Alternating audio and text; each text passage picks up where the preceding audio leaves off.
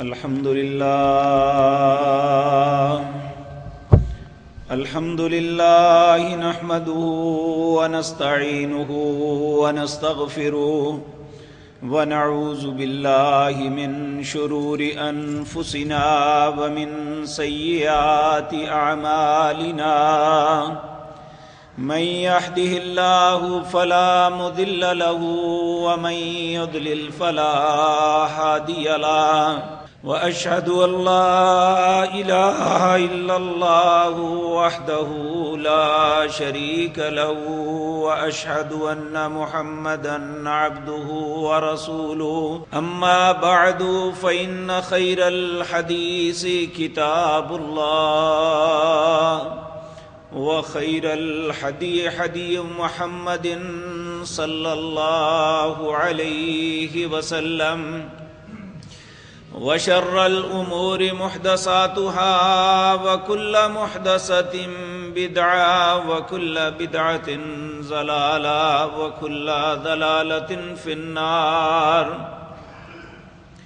رب اشرح لي صدري ويسر لي أمري واحلل عقدة من لساني يفقهوا قولي اللهم انفعنا بما علمتنا وعلمنا ما ينفعنا وزدنا علما رب أوزعني أن أشكر نعمتك التي أنعمت علي وعلى والدي وأن أعمل صالحا ترضاه وأصلح لي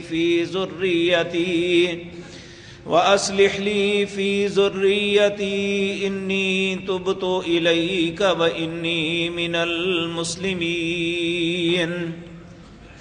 أعوذ بالله السميع العليم من الشيطان الرجيم بسم الله الرحمن الرحيم قل هل ننبئكم بالأخسرين أعمالا الذين ضل سعيهم في الحياة الدنيا وهم يحسبون أنهم يحسنون صنعا أولئك الذين كفروا بآيات ربهم ولقائه فحبطت أعمالهم فلا نقيم لهم يوم القيامة وزنا ذلك جزاؤهم جهنم بما كفروا واتخذوا آياتي ورسلي هزوا. حضرات محترم، ایک مسلمان کی زندگی کا سب سے اہم مقصد جو ہے وہ ہے آخرت کی تیاری، اس کے لیے نیک عمل کرنا. ہر مسلمان یہ بات جانتا ہے کہ اللہ کے ہاں اگر کسی کو قرب مل سکتا ہے، اللہ کی خوشنودی مل سکتی ہے، اللہ کی رضا حاصل ہو سکتی ہے، تو اس کا ایک ہی طریقہ ہے کہ انسان اپنی اس زندگی میں نیک اعمال کرے. جس انسان کی زندگی نیک اعمال سے مزین ہوگی وہ آخرت میں کامیاب ٹھہرے گا. اللہ رب العزت نے واضح طور پہ فرمایا ان الذین آمنوا وعملوا الصالحات کانت لہم جنات الفردوس نزلا. جو لوگ ایمان لانے کے بعد نیک عمل کریں گے، ان کی زندگی میں نیک اعمال ہوں گے، ان کے لیے جنت بھی ہے اور اللہ کی مہمانی بھی ہے. اللہ رب العزت سے دعا ہے اللہ ہمیں بھی نیک عمل کرنے کی توفیق عطا فرمائے تاکہ ہم بھی جنت کے حصول کے لیے جو اپنے دلوں میں چاہت رکھتے ہیں اللہ اس تک پہنچنے کی ہمیں توفیق عطا کر دے، اور اس کا ذریعہ جو ہے وہ نیک اعمال ہے. اللہ ہمیں نیک عمل کرنے کی توفیق عطا فرمائے. لیکن ایک بات یاد رکھیں کہ کچھ ایسی چیزیں ہوتی ہیں جو دوسرے کو خراب کرتے ہیں، برباد کر دیتی ہیں، جس طرح بعض اوقات ایک چیز دوسرے کی بربادی کا، تباہی کا سبب بنتا ہے، اسی طرح کچھ ایسے اسباب ہیں، کچھ ایسی چیزیں ہیں جو نیک اعمال کو کرنے کے باوجود تباہ کر کے رکھ دیتے ہیں۔ آج کی مجلس میں وہ ان چیزوں کی نشاندہی کروں گا تاکہ میں اور آپ اپنی زندگی میں جو آخرت کے لیے ایک شوق لیے ہوئے اللہ کے گھروں میں نمازوں کے لیے آتے ہیں، اللہ رب العزت کی توفیق سے روزے رکھتے ہیں، نوافل ادا کرتے ہیں، قرآن کی تلاوت کرتے ہیں، اور اس کے علاوہ جو بھی کام نیک سمجھتے ہیں اسے کرتے ہیں، لیکن یہ بات یاد رکھیں جو نہیں کرتا جب اسے کوئی بدلہ نہ ملے تو اسے دکھ نہیں، اس نے تو کیا ہی نہیں، دکھ اس کے لیے زیادہ ہوتا ہے جو کرے بھی پھر اسے اس کا بدلہ نہ ملے۔ تو اللہ نہ کرے کہ کوئی ایسا مسلمان ایسی بدنصیبی سے دوچار ہو کہ جن کے متعلق اللہ رب العزت یہ اعلان فرما رہے ہیں۔ یہ سورت کہف ہے اور اس کی آیت نمبر 104 ہے۔ اللہ رب العزت فرماتے ہیں قُلْ هَلْ نُنَبِّئُكُمْ بِالْأَخْسَرِينَ أَعْمَالًا، اے میرے نبی میں آپ کو خبر نہ دوں کہ اعمال کے اعتبار سے کون لوگ ہیں جن کے اعمال برباد ہو گئے، حالانکہ الذین ضل سعیہم فی الحیات الدنیا، وہ دنیا کی زندگی میں ہمیشہ یہ سمجھتے تھے وہ اچھے کام کر رہے ہیں، ایک محنت والی زندگی بسر کر رہے ہیں، اپنے رب کے رضا کے لیے یہ سب کچھ کر رہے ہیں، لیکن دانستہ یا نادانستہ ان کی زندگی میں ایسی غلطیاں آ جاتی ہیں جن کی وجہ سے اللہ رب العزت فرماتے ہیں قُلْ هَلْ نُنَبِّئُكُمْ بِالْأَخْسَرِينَ أَعْمَالًا، ان کے اعمال ہی انہیں خسارے میں مبتلا کر دیں گے۔ اب سوال یہ پیدا ہوتا ہے وہ ایسی کون سی چیزیں ہیں جو ہمارے اعمال کو برباد کر سکتی ہے؟ اس کی ایک دلیل قرآن عزیز کے اندر بھی اللہ رب العزت نے فرمایا جو اللہ کی آیات کے مطابق، اللہ کے حکم کے مطابق نہیں عمل کرتا، کسراب بقیعۃ یحسبہ الظمآن ماء، اس کی مثال ایسی ہے جیسے ایک صحرا ہے، ریتلا میدان ہے، اس میں ایک سراب ہوتا ہے۔ سراب اس چیز کو کہتے ہیں دور میں دور سے دیکھنے والا سمجھتا ہے وہ پانی ہے، وہ پیچھے بھاگتا ہے، کوشش کرتا ہے، چلتا ہے، تھک جاتا ہے، جتنا وہ آگے بڑھتا چلا جاتا ہے وہ آگے چلا جاتا ہے، حقیقت میں وہ کچھ بھی نہیں ہوتا، آنکھوں کا ایک دھوکہ ہوتا ہے۔ کہا جس طرح وہ پانی کی امید پہ بھاگتا چلا جاتا ہے لیکن اسے پانی نہیں ملتا، اسی طرح بعض ایسے بھی بدنصیب ہیں جو نیک عمل تو بہت کرتے ہیں، محنت ان کی بہت زیادہ ہوتی ہے، وہ بلکہ یہاں تک کہ سورت غاشیہ کے آغاز میں فرمایا هل اتاک حدیث الغاشیہ وجوہ یومئذ خاشیہ عاملۃ ناصبہ، اے میرے نبی آپ کے پاس غاشیہ کی خبر نہیں آئی؟ هل اتاک حدیث الغاشیہ وجوہ یومئذ خاشیہ، بہت سے چہرے اس دن ڈرے ہوئے ہوں گے، عاملۃ ناصبہ، عمل کر کر کے تھک جانے والے، تسلا نارا حامیہ، جہنم میں اوندے منہ گرا دیے جائیں گے، العیاذ باللہ۔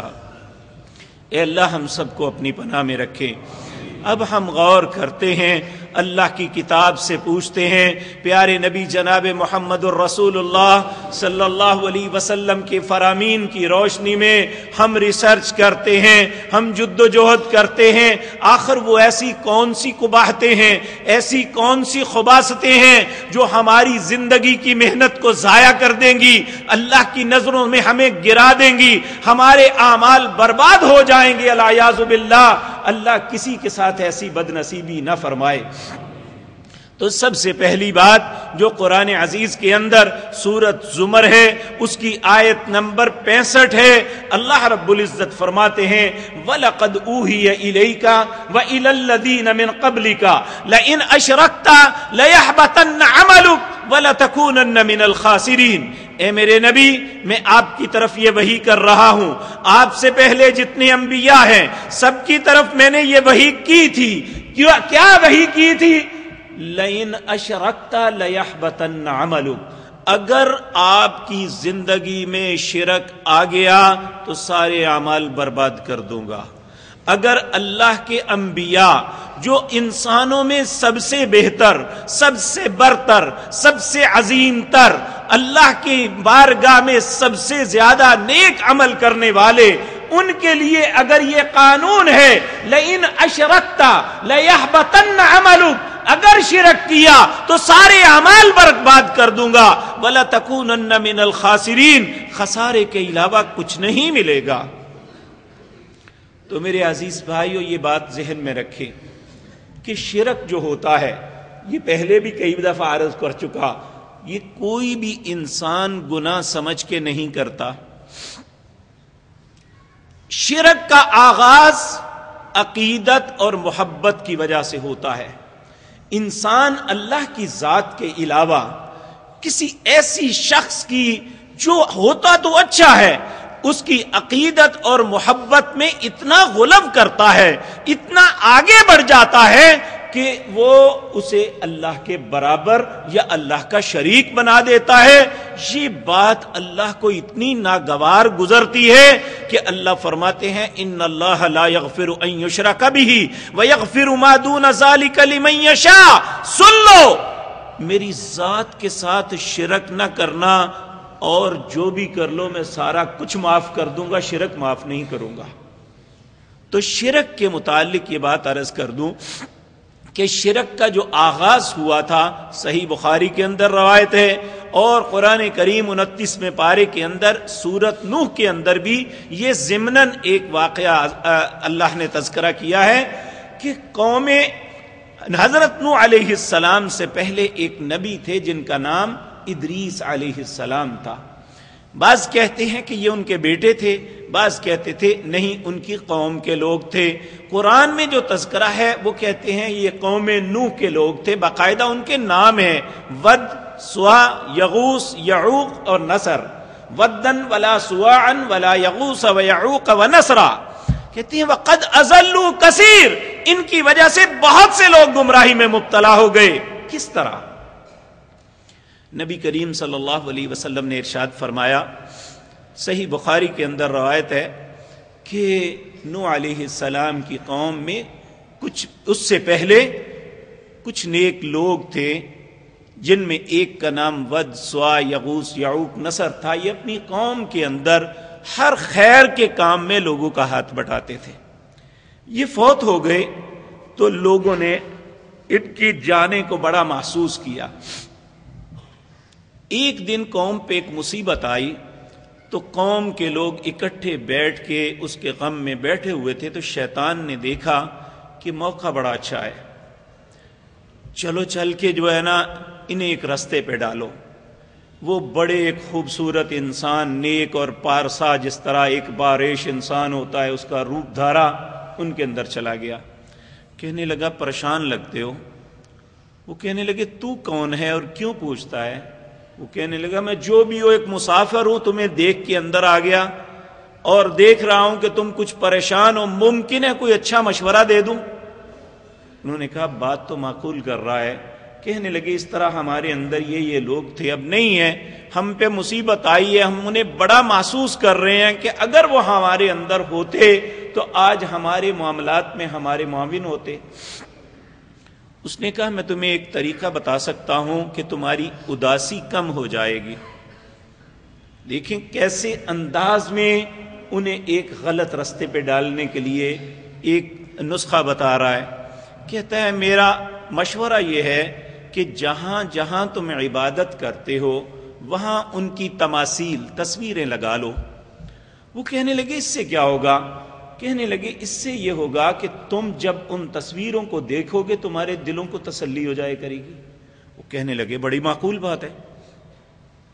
جب انہوں نے تصویریں لگائی تو کچھ مدت تک تو لوگ ان تصویروں کو دیکھ کے تسلی حاصل کرتے رہے۔ جب وہ پود ختم ہوئی، نئے لوگ آتے گئے انہوں نے ان کے متعلق تصور گھڑ لیے. پھر ایسا وقت آیا جب اللہ نے نوح علیہ السلام کو مبعوث فرمایا. اس وقت کیفیت قوم کی یہ تھی کہ وہ اصل رب کو فراموش کر بیٹھے تھے. ان 5 لوگوں کو رب بنا لیا تھا. یہ 5 پیاروں کا تصور وہیں سے شروع ہوا. اور ان لوگوں نے کہا ود جو ہے یہ بارش برساتا ہے, سوا بچے دیتا ہے, فلاں وہ فلاں کام کرتا ہے, فلاں کام کرتا ہے. تو اللہ رب العزت نے, حالانکہ ان کی اپنی دعوت لوگوں کو یہ نہیں تھی, لیکن لوگوں نے ان کی بزرگی, نیکی اور طہارت کی وجہ سے, ان کی لوگوں میں خیر خواہی کی وجہ سے اتنا غلب کیا کہ انہیں خدا بنا لیا. تو حقیقتاً وہ انہیں خدا کہتے نہیں تھے, لیکن ان کی مورتیاں سامنے رکھتے. اسی طرح مکے میں بھی لوگوں نے جو حبل تھا, اسی طرح دوسرے جو لات تھے, منات, یہ صرف بتوں کے نام نہیں ہیں, یہ بھی اپنے معاشرے میں اپنے وقت کے نیک لوگ تھے جن کی مورتیاں بنائی گئیں. نبی کریم صلی اللہ علیہ وسلم نے جب انہیں اس بات سے منع فرمایا تھا تو انہوں نے جواب میں یہ بات کہی تھی کہ ما نعبدہم, ہم ان کی عبادت نہیں کرتے. یہ قرآن کریم کے اندر ہے, ما نعبدہم الا لیقربونا الی اللہ زلفا, ہم تو ان کے سامنے اس لیے زانو اپنے گوڑے ٹیکتے ہیں, اپنے ہاتھ باندھتے ہیں, ان کے سامنے تعظیمی سجدے کرتے ہیں, ان سے منتیں مانگتے ہیں, اس لیے کہ یہ اللہ کے ہمیں قریب کر دیں. یہ اپنے اور اللہ کے درمیان سفارشی بنائے ہوئے تھے. جو انہوں نے یہ بات کی, اللہ نے انہیں شرک کہا. اور یہ جو کچھ ہوا یہ گناہ سمجھ کے نہیں, عقیدت اور محبت اور غلب کی وجہ سے ہوا.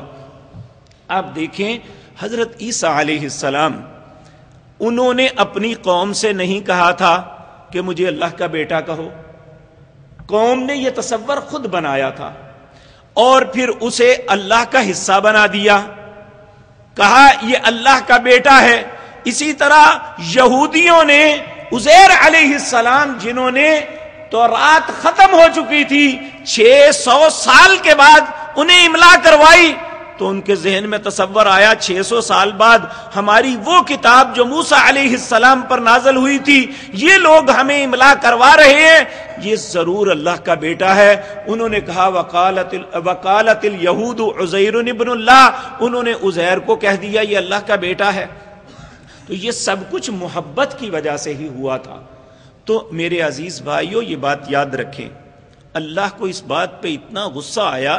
سورۃ مائدہ کے اندر اللہ فرماتے ہیں کہ قیامت کے دن عیسیٰ علیہ السلام کو میں سامنے کھڑا کروں گا اور ان سے پوچھوں گا اذ قال اللہ یا عیسیٰ ابن مریم اانت قلت للناس اتخذونی و امی الہین من دون اللہ, اے عیسیٰ مجھے بتا, تو نے انہیں کہا تھا کہ مجھے اور میری ماں کو اللہ کے علاوہ الہ بنا لینا. تو عیسیٰ علیہ السلام کہیں گے قال سبحانک, اے اللہ تو پاک ہے, ما یکون لی ان اقول ما لیس لی بحق, میں ایسی بات کیسے کر سکتا ہوں جو میرا حق ہی نہیں ہے. ان اقول ما لیس لی بحق. اور پھر اس کے بعد کہا اے اللہ میں نہیں جانتا جو تیرے دل میں ہے, لیکن تو جانتا ہے جو میرے دل میں ہے, اور میں یقین دلاتا ہوں اللہ میں نے نہیں کہا. لیکن قوم کی خباثت اپنے نبی کو کٹہرے میں کھڑا کر دے گی. تو سب سے پہلی بات یہ بات یاد رکھیں کہ شرک ہے جو انسان کے اعمال کو برباد کر دیتا ہے. نبی کریم صلی اللہ علیہ وسلم نے فرمایا, آپ ایک مرتبہ سارے ساتھی بیٹھے ہوئے بڑے پیار سے مخاطب کر کے کہا ایھا الناس, اے لوگو میری بات غور سے سنو, اتقوا ھذا الشرک, اس شرک سے بچ کے رہنا, فإنہ اخفی من دبیب النمل, یہ انسان کے اندر اس طرح داخل ہوتا ہے جس طرح چیونٹی. ایک صحابی اٹھا, عرض کرنے لگا یا رسول اللہ صلی اللہ علیہ وسلم, اگر یہ اتنا حساس مسئلہ ہے تو ہم کیسے بچیں؟ آپ نے فرمایا صبح اور شام اللہ سے پناہ طلب کیا کرو, اے اللہ ایسے شرک سے تیری پناہ چاہتے ہیں جو جان بوجھ کے کریں، اور ایسے شرک سے بھی تیری پناہ چاہتے ہیں جو غلطی سے ہو جائے۔ اور یہ بات یاد رکھیں کہ شرک کے معاملے میں اپنی زندگی کے اندر بہت سے معاملات میں ہم بھی بہک جاتے ہیں۔ مثلا ہم میں سے کوئی بیمار ہوتا ہے، ڈاکٹر سے آرام نہیں آیا، وہ کسی تعویذ باز کے پاس جاتا ہے، وہ اسے کاغذ پہ کچھ لکھ کے دیتا ہے، وہ اسے گلے میں لٹکا دیتا ہے اور یہ تصور رکھتا ہے کہ اس کی وجہ سے مجھے شفا ملے گی۔ نبی کریم صلی اللہ علیہ وسلم نے فرمایا من علق تمیمۃ فقد اشرک، جس نے تعویذ لٹکایا اس نے شرک کیا۔ جب اس نے اللہ رب العزت کو بائی پاس کر کے اپنے آپ کو، اپنے معاملے کو تعویذ کے حوالے کر دیا تو اللہ نے اسے اس کے حوالے ہی کر دیا۔ اللہ اپنا تعلق ختم کر دیتے ہیں۔ تو اسی طرح میرے عزیز بھائیو، نبی کریم صلی اللہ علیہ وسلم حدیبیہ کے مقام پہ جب صلح حدیبیہ ہوئی، اس سے پہلے آپ رات کو سوئے، رات کو بارش ہوئی، فجر کی نماز پڑھی، فجر کی نماز پڑھنے کے بعد آپ مسکرا رہے تھے۔ لوگوں نے کہا اللہ آپ کو ہمیشہ مسکراتا رکھے، یا رسول اللہ صلی اللہ علیہ وسلم کیا معاملہ ہے؟ آپ نے فرمایا میرے صحابہ آج رات بارش ہوئی ہے۔ انہوں نے عرض کیا ہاں۔ آپ نے فرمایا اس بارش کی وجہ سے کچھ لوگ کافر ہو گئے اور کچھ لوگ نجات پا گئے۔ ایک دم سب چونک گئے، بارش کی وجہ سے کون کافر ہوا اور کون نجات پا گیا؟ سوال کر دیا اے اللہ کے نبی یہ کیسے ہوا؟ آپ نے فرمایا جس نے یہ کہا کہ یہ ستارہ یہاں سے چلا اور یہاں پہنچا تب بارش ہوئی، وہ کافر ہو گیا، وہ مسلمان نہیں رہا۔ اور جس نے یہ عقیدہ رکھا یہ اللہ کی وجہ سے، اللہ رب العزت کی مہربانی سے بارش ہوئی ہے، وہ نجات پا گیا۔ تو میرے عزیز بھائیوں، ہم روزانہ نجومیوں کی لکھی ہوئی باتیں اخبارات میں اور ٹیلی ویژن پہ اور بلکہ جا جا کے پوچھتے ہیں، جب وہ ہمیں بتلاتا ہے کہ تیرا ستارہ یہ کہہ رہا ہے، تیرا ستارہ اس طرف چل کے یہ زحل فلاں جگہ پہنچے گا تو تیری قسمت کے اندر یہ ہوگا، تو ہم مسلمان کے مسلمان رہیں گے، ہمارے اعمال قبول رہیں گے۔ اللہ کے نبی نے ایک قاعدہ کلیہ بتا دیا، جس نے ستاروں پہ عقیدہ رکھا کہ اس کی زندگی کے معاملات میں اللہ رب العزت نہیں ہے، تقدیر کا مسئلہ نہیں ہے، بلکہ ستاروں کی وجہ سے اس کا تغیر و تبدل ہوتا ہے، وہ کافر ہو گیا۔ جو کافر ہو گیا اس کے اعمال کی حیثیت کیا ہے؟ والذین کفروا اعمالهم کسراب بقیعۃ یحسبہ الظمآن ماء۔ جو انسان کفر کرتا ہے اس کے اعمال کی حیثیت صحرا کے سیراب جیسی ہے، جسے انسان پانی سمجھتا ہے حقیقتاً وہ پانی نہیں ہوتا۔ تو سب سے پہلی بات یہ ہے کہ ہم اپنے اعمال کو شرک کی گندگی سے بچائیں۔ نبی کریم صلی اللہ علیہ وسلم نے فرمایا من مات لا تشرک باللہ شیئا دخل الجنہ، جو شخص اس حالت میں فوت ہوا اس نے اللہ کے ساتھ کبھی شرک نہیں کیا، وہ جنت میں جائے گا۔ من مات یشرک باللہ شیئا دخل النار، جس نے اللہ کے ساتھ زندگی کے کسی بھی موڑ پہ شرک کیا ہوا اور اس نے اس پہ معافی نہیں مانگی، اسی حالت میں موت آ گئی تو اللہ کہتے ہیں میں جہنم میں داخل کروں گا۔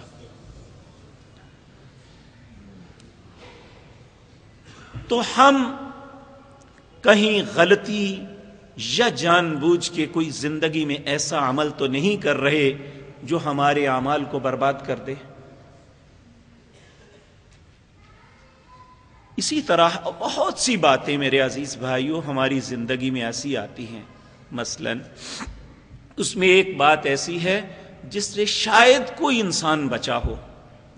بعض اوقات ہمیں کوئی معاملہ آتا ہے، ہم اپنے بچے کے سر پہ ہاتھ رکھتے ہیں، مجھے اپنے بچے کی قسم ہے، مجھے اپنی ماں کی قسم ہے، مجھے اپنے باپ کی قسم ہے، مجھے تیری جان کی قسم ہے، اور اسی طرح مجھے اپنے رسول کی قسم ہے، نبی کریم صلی اللہ علیہ وسلم نے فرمایا من حلف لغیر اللہ فقد اشرکا، جس نے اللہ کی ذات کے علاوہ کسی کے نام کی بھی قسم اٹھائی اس نے شرک کیا ہے۔ تو میں اللہ کا واسطہ دے کے کہتا ہوں، میں کسی پہ الزام تراشی نہیں کر رہا، کسی کو برا بلا نہیں کہہ رہا، میں تو اپنے آپ کو یا آپ کو یہ احساس دلا رہا ہوں کہیں ایسی غلطی ہم سے تو نہیں ہو رہی، اگر ہو رہی ہے تو پھر یقین مانیے ہم اپنا نقصان کر رہے ہیں، ہمارے اعمال برباد ہو سکتے ہیں۔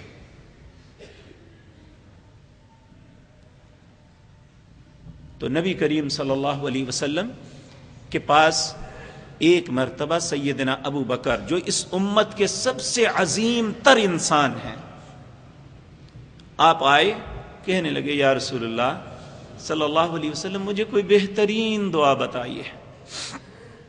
آپ نے انہیں دعا سکھلائی، کہا ابو بکر صبح بھی پڑھا کرو رات کو بھی پڑھا کرو، یعنی صبح شام کے اذکار میں یہ دعا ہے۔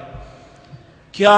اللہم عالم الغیب والشہادۃ فاطر السماوات والارض رب کل شیء وملیکہ اشہد ان لا الہ الا انت ربی اعوذ بک من شر نفسی وشر الشیطان وشرکی۔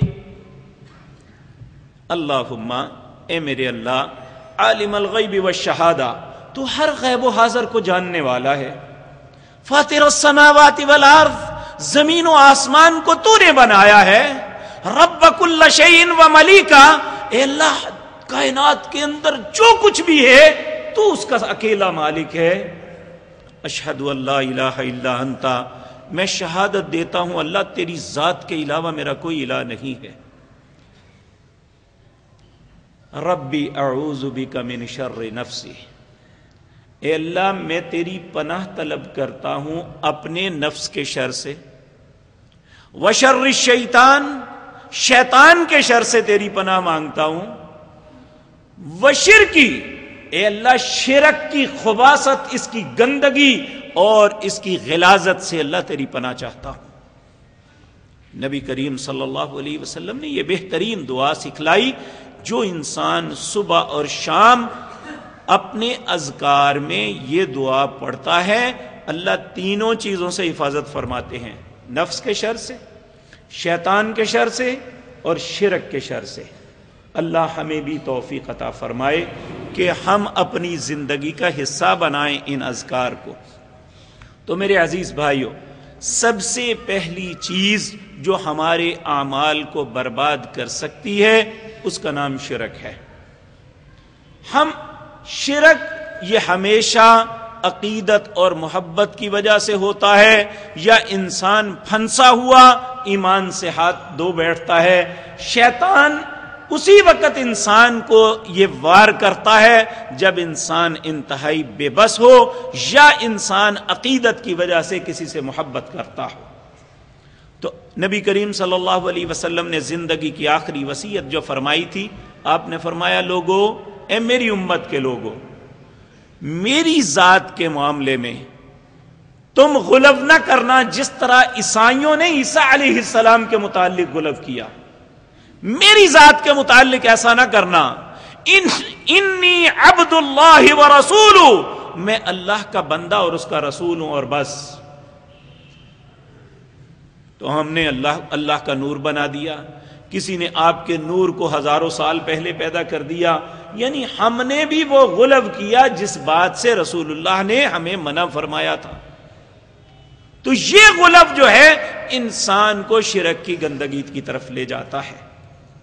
نمبر 2، جو انسان کے اعمال کو برباد کرتی ہے چیز، وہ یہ ہے سورۃ محمد صلی اللہ علیہ وسلم 26واں پارہ، اس کی آیت نمبر 35، یا ایھا الذین آمنوا اطیعوا اللہ واطیعوا الرسول ولا تبطلوا اعمالکم، اگر عمل کرنا ہے اے امت محمد الرسول اللہ صلی اللہ علیہ وسلم، نیکی سمجھ کے اگر کوئی کام کرنا ہے تو یا اللہ کے حکم کے مطابق کرنا یا اس کے رسول کے طریقے کے مطابق کرنا، اس کے علاوہ اگر کسی کو نیک سمجھ کے عمل کرو گے تو وہ نیک نہیں ہوگا بلکہ تمہارے دوسرے اعمال کو بھی برباد کر دے گا۔ سورت محمد 26واں پارہ، اس کی آیت نمبر 35، صلی اللہ علیہ وسلم. اپنے گھر میں خود اٹھا لینا، یا ایھا الذین آمنو، اے لوگو.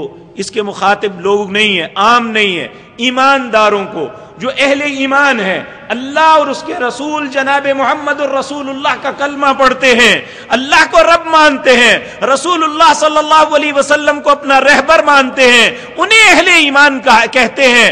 اہل ایمان کو کہا یا ایھا الذین آمنو، اے لوگو جو ایمان لائے ہو، اطیعوا اللہ و اطیعوا الرسول، اللہ اور اس کی رسول کی اطاعت میں عمل کرنا. اگر ایسا نہ ہوا تو اعمال برباد ہو جائیں گے. اس کی ایک مثال عرض کرتا ہوں. دیکھیں ابھی ہم نے انشاءاللہ اللہ کی توفیق سے جمعے کی نماز پڑھنی ہے. جمعے کی رکعت کتنی ہے؟ 2. اگر میں 3 پڑھوں جان بوجھ کے، آپ بھی میرے ساتھ پڑھیں، تو کیا ہماری نماز ہو جائے گی؟ کیوں؟ ہم کو برا کام کریں گے؟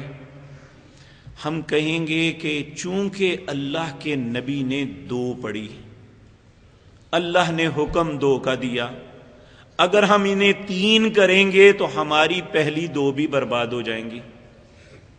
اسی طرح زندگی کے سارے معاملات. اسلام جو ہے وہ کسی مولوی کے ذہنی آئیڈیاز کا نام نہیں ہے، کسی امام کے طریقے کا نام نہیں ہے. اسلام وہ ہے جس کی وہی اللہ نے جناب محمد الرسول اللہ صلی اللہ علیہ وسلم پر کی، اور رسول اللہ صلی اللہ علیہ وسلم نے پریکٹیکلی کر کے وہ ہمیں دکھلایا. اگر اس کے علاوہ کسی اور کو دین سمجھ کے، نیکی سمجھ کے کریں گے تو وہ ہمارے دوسرے اعمال کو بھی برباد کر دے گا. اس لیے دوسری بات جو ہمارے اعمال کو برباد کر سکتی ہے وہ اپنے نبی کے طریقے سے ہٹ کے عمل کرنا ہے. یہاں ہم میں سے بعض لوگ اب ایک دلیل کہہ دیتے ہیں، کہتے ہیں محبت کے اندر بندہ جو مرضی کر لے، کوئی حرج نہیں ہے. میرے عزیز بھائیوں، نبی کریم صلی اللہ علیہ وسلم کی حدیث ہے، آپ نے فرمایا من احب سنتی فقد احبنی ومن احبنی کان معی فی الجنہ.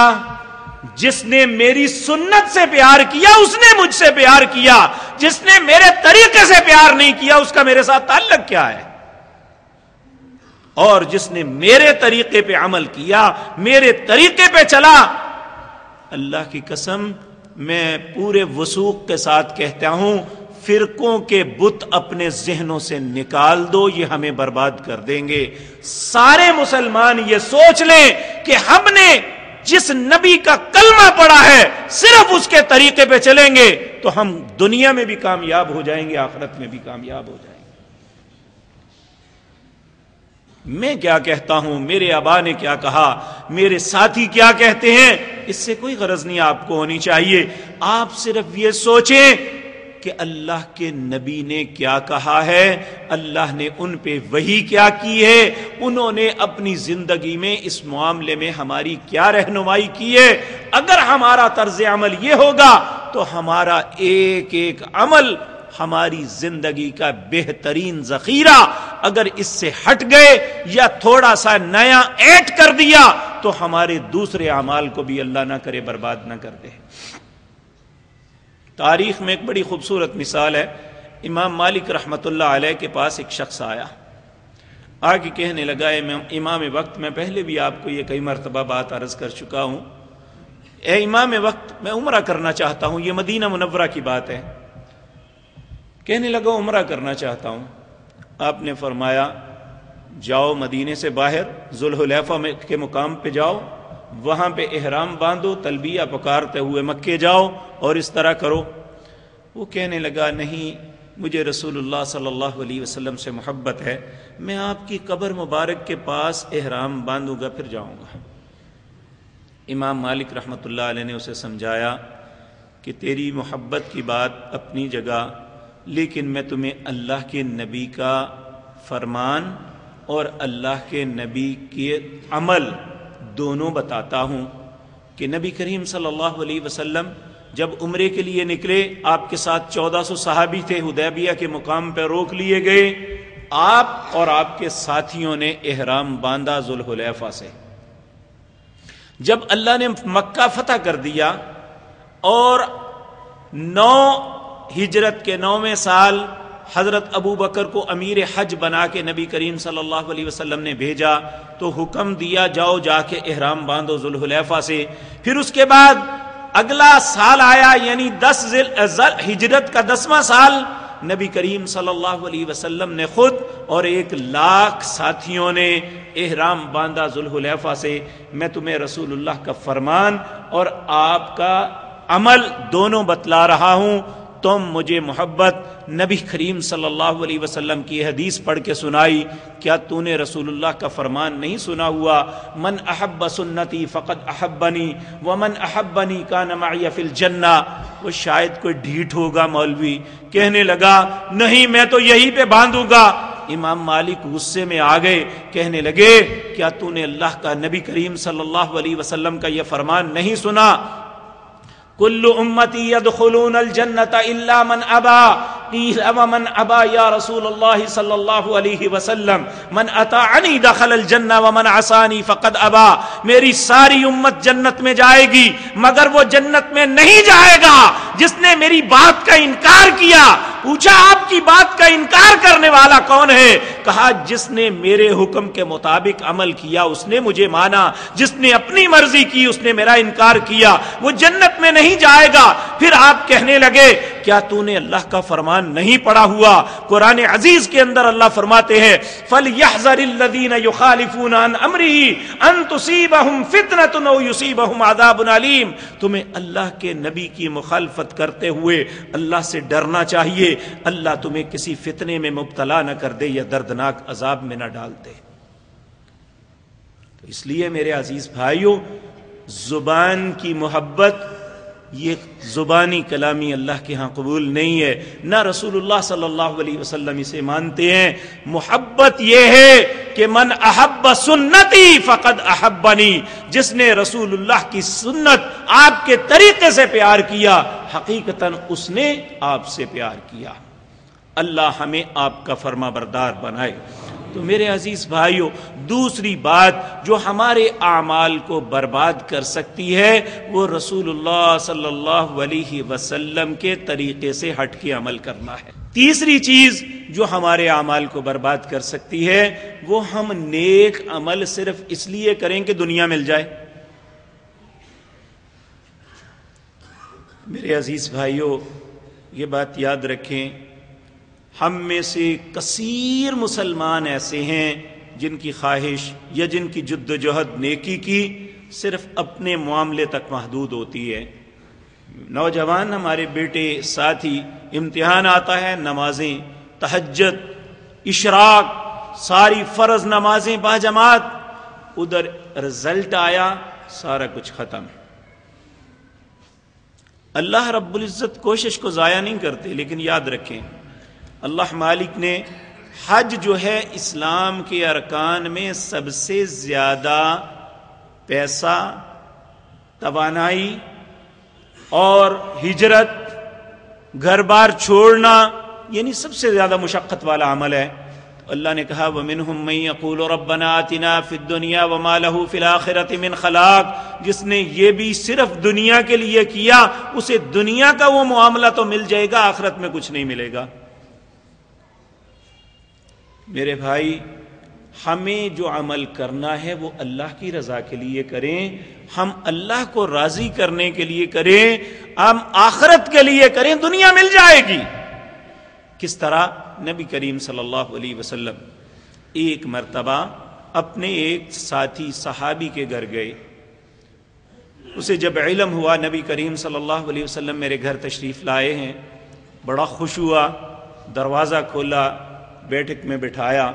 آپ بیٹھ گئے، آپ نے دیکھا ایک روشن دان بنا ہوا ہے. آپ نے اسے سوال کیا میرے ساتھی یہ کیا ہے؟ کہنے لگا روشن دان. آپ نے پوچھا کیوں بنایا ہے؟ کہنے لگا روشنی اور ہوا کے لیے. آپ نے فرمایا کاش تو اس نیت سے بناتا کہ اذان کی آواز آئے تو روشنی نے تو آنا ہی تھا.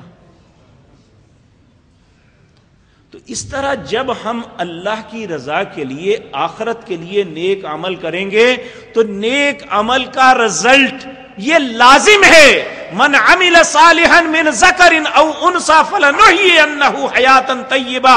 اللہ کہتے ہیں جو نیک عمل اخلاص کے ساتھ کرے، اللہ کی رضا کے لیے کرے، ایماندار مرد ہے یا عورت، میں رب وعدہ کرتا ہوں اسے بہترین گزران زندگی دوں گا. اس لیے تیسری غلطی جو ہم سے ہو رہی ہے وہ نیک عمل صرف چھوٹی سی چاہت، چھوٹی سی کامیابی یا چھوٹی سی بات کے لیے کر کے ختم کر دیتے ہیں. نہیں میرے عزیز بھائی، نیک عمل کریں اللہ کو راضی کرنے کے لیے اور آخرت کی کامیابی کے لیے. تو انشاءاللہ یہ جو مقصد دوسرا دنیا کا بھی ہمارا ہوگا یہ بھی ملے گا. کیونکہ اللہ کو دعاؤں میں سب سے زیادہ اچھی دعا یہ لگتا ہے وَمِنْهُمْ مَنْ يَقُولُ رَبَّنَا آتِنَا فِي الدُّنْيَا حَسَنَةً وَفِي الْآخِرَةِ حَسَنَةً وَقِنَا عَذَابَ النَّارِ. اے اللہ دنیا کی بھی بھلائیاں عطا فرما، آخرت کی بھی بھلائیاں عطا فرما اور آخرت کے عذابوں سے بچا. اللہ کو یہ سب سے پیاری دعا لگتی ہے. تو اللہ دنیا کی بھی بھلائیاں عطا کرے گا اور ہمارے اعمال کی قیمت بھی بڑھ جائے گی، ہمیں آخرت میں بھی اس کا حصہ ملے گا. اگر ہم صرف دنیا کی طلب کے لیے کریں گے تو آخرت کا حصہ ختم ہو جائے گا، پھر دنیا کا معاملہ تو ہمارا حل ہو جائے گا، آخرت برباد ہو جائے گی. اللہ ہماری حفاظت فرمائے. چوتھی بات میرے عزیز بھائیو یہ ہے کہ نبی کریم صلی اللہ علیہ وسلم نے ارشاد فرمایا کہ میری امت میں سب سے بڑا جو فتنہ ہے وہ دجال کا فتنہ ہے، لیکن مجھے اس سے بھی بڑے ایک فتنے کا ڈر ہے. صحابہ نے پوچھا یا رسول اللہ وہ کون سا ہے؟ آپ نے فرمایا شرک خفی. پوچھا لوگوں نے یا رسول اللہ شرک خفی کسے کہتے ہیں؟ خفی کہتے ہیں چھپے ہوئے شرک کو یا چھوٹے شرک کو. پوچھا یا رسول اللہ یہ شرک خفی کیا ہے؟ آپ نے فرمایا شرک خفی یہ ہے کہ ایک بندہ نیک کام کر رہا ہے تو دیکھتا ہے کچھ لوگ مجھے دیکھ رہے ہیں تو وہ اپنے عمل کو زیادہ لمبا کر دیتا ہے کہ تاکہ لوگ سمجھے یہ بڑا نیک آدمی ہے. تو آپ نے فرمایا جس نے لوگوں کو دکھانے کے لیے نماز پڑھی اس نے شرک کیا، جس نے لوگوں کو دکھانے کے لیے روزہ رکھا اس نے شرک کیا، جس نے لوگوں کو دکھانے کے لیے مال خرچ کیا یا حج کیا اس نے شرک کیا. اور شرک جو ہے یہ اعمال کو برباد کر دیتا ہے، اور ریاکاری جو ہے یہ شرک میں ایک گندی قسم ہے جس کے شکار ہم میں سے بہت سے لوگ ہو رہے ہیں. میرے عزیز بھائیوں، نبی کریم صلی اللہ علیہ وسلم نے فرمایا اللہ سب سے پہلے 3 لوگوں کو جہنم کا ایندھن بنائے گا، اور اگر بظاہر ان کے اعمال دیکھیں تو سب سے زیادہ خوبصورت عمل ہے. ان میں ایک عالم دین قاری قرآن ہوگا. اب قرآن پڑھنا پڑھانا یہ بہترین عمل ہے، لوگوں کو دعوت تبلیغ کرنا یہ بہترین عمل ہے، قرآن کی طرف لوگوں کو بلانا، قرآن کی تعلیم دینا یہ بہترین عمل ہے. لیکن اللہ رب العزت ایسے عالم دین یا قاری قرآن کو کھڑا کر کے کہیں گے میں نے تجھے علم سے نوازا، تو نے کیا کیا؟ یہ اللہ رب العزت کے سامنے کہے گا اللہ میں دن رات تیرے قرآن کی تعلیم دیتا رہا، قرآن پڑھتا پڑھاتا رہا. تو اللہ نفرت سے کہیں گے کذبتا، جھوٹ بولتا ہے، تو نے تو سب کچھ اس لیے کیا کہ لوگ کہیں کہ بڑا خوبصورت آواز میں پڑھتا تھا یا بڑی بہت اچھی تقریر کرتا تھا، اس لیے تو نے لوگوں کے سامنے اپنی بڑائی کے لیے کیا. فرشتوں پکڑو اس کی پیشانی سے اور جہنم کا ایندھن بنا دو. اس کی زندگی کی ساری سٹرگل، ساری کوشش برباد ہو جائے گی. اس عالم دین کو، اس قاری قرآن کو جہنم کا ایندھن بنا دیا جائے گا صرف اس غلطی کی وجہ سے. دوسرا ایک سخی کو جسے اللہ نے بے شمار مال دیا تھا اور وہ خرچ بھی کرتا تھا، اللہ پوچھے گا میں نے تجھے مال دیا تو نے کیا کیا؟ وہ کہے گا اللہ دن رات تیرے رستے میں خرچ کرتا رہا، غربا مساکین کی مدد کرتا رہا، اللہ نفرت سے کہیں گے کذبتا، جھوٹ بولتا ہے، تو اس لیے کرتا تھا لوگ کہیں کہ بڑا غنی آدمی ہے، بڑا سخی ہے، پکڑو گھسیٹ کے جہنم کا ایندھن بنا دو۔ اور تیسرا وہ شخص، صحیح مسلم کی روایت ہے، جس نے اپنی گردن کو بظاہر اللہ کے لیے کٹا دیا تھا، شہید ہو گیا۔ اللہ اس سے پوچھیں گے بتا تو نے کیا کیا؟ وہ کہے تجھے میں نے زندگی دی، جوانی دی، طاقت و قوت دی۔ وہ کہے گا اللہ تیرے رستے میں کٹ گیا۔ اللہ کہیں گے کسبتا، جھوٹ بولتا ہے، تو نے تو اس لیے کہا کہ لوگ کہیں بڑا جیدار تھا، بڑا جری آدمی تھا، ایسا لڑا کے مزہ آ گیا۔ تو نے تو لوگوں کو دکھانے کے لیے کیا تھا، لوگوں نے تمہیں کہہ دیا مجھ سے کیا لینا، پکڑو گھسیٹ کے جہنم کا ایندھن بنا دو۔ یہ ایک ایسی خباثت ہے میرے عزیز بھائیوں جس کا ہم اکثر لوگ شکار ہیں۔ اللہ رب العزت کو سخت نفرت اور غصہ آتا ہے ایسے انسان سے جو نیک عمل کرے لوگوں کو دکھانے کے لیے اور اللہ کی رضا مقصود نہ ہو۔ اللہ نے اپنے نبیوں کو حکم دیا، کل کہو ان صلاتی و نسکی و محیای و مماتی للہ رب العالمین، میری نماز، میری قربانی، میرا مرنا اور جینا اللہ تیرے لیے ہے۔ میں اللہ کا واسطہ دے کے اپنے آپ سے بھی سوال کرتا ہوں، آپ سے بھی یہ عرض کرتا ہوں، کیا ہمارا مرنا جینا، ہماری نمازیں، ہماری قربانیاں اللہ کے لیے ہیں یا ہمارے مقاصد یا ہمارے دلوں کی کیفیت کچھ اور ہے؟ اگر خدا نخواستہ ایسی غلطی ہے تو ہمیں اللہ سے توبہ کر لینی چاہیے۔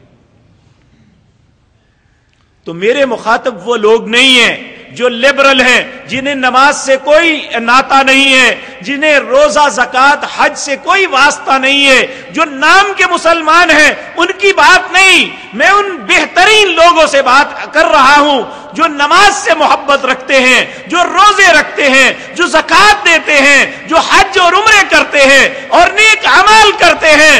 میں ان کی منت کر رہا ہوں اپنے اعمال کو بربادی سے بچا لیں۔ اگر ہماری ساری زندگی کی محنت اللہ نہ کرے، اللہ نہ کرے، نبی کریم آپ دیکھیں حضرت ابراہیم علیہ السلام اتنا عظیم کام کیا، ہم چھوٹا سا مسجد بنا لیں یا 1000-2000 روپے دے دیں تو توقع رکھتے ہیں کہ ہمارا نام لیا جائے۔